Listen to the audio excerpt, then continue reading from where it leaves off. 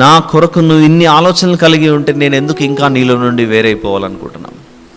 ఈరోజు 2 విషయాలు మీ ముందు ప్రస్తావించాను. ఒకటి, ద్రాక్షవల్లిని నేను, తీగలు మీరు అనే విషయంలో తీగ ద్రాక్ష వలిలో నుండి వేరైపోతే ఎలాగైతే ఎండిపోతుందనే విషయం మనకు వెంటనే గుర్తొస్తుందో, మనం ప్రభు యొక్క దేహానికి అవయవమై ఉన్నామన్న విషయం కూడా అదే విధంగా గుర్తుండాలి. ఆ అవయవము తెగిపోతే పనికి రాకుండా ఎలాగైతే చచ్చిపోతుందో, ఈరోజు మన అవయవం, మనము ప్రభు యొక్క దేహానికి అవయవం అయితే ఆయన నుండి వేరైపోతే మనం చచ్చిన వారమే.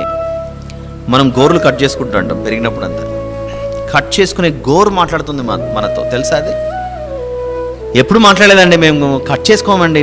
గోరు ఎలా మాట్లాడుతుందో చెప్తాను ఈసారి. నెక్స్ట్ టైం మీరు నెయిల్స్ కట్ చేసుకునేటప్పుడు కూడా దేవుడు నాతో మాట్లాడుతున్నాడు అని భావించాలి. ఎలా?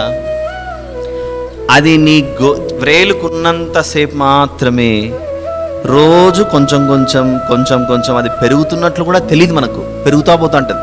ఎప్పుడైతే మీరు గోరును కట్ చేస్తారో, కట్ చేసిన గోరును 1 నెల 2 నెలలు ఏదైనా ఒక చిన్న డబ్బాలో వేసి పెట్టండి, పెరుగుతుందేమో చెక్ చేయండి.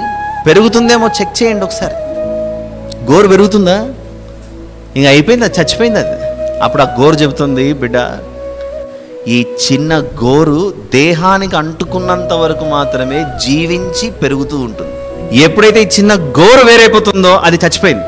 యేసు ప్రభువుతో నువ్వు అంటుకొట్టుకొని ఉంటేనే నువ్వు జీవించి ఉంటావు. వేరైపోతే నువ్వు పోయినట్లే.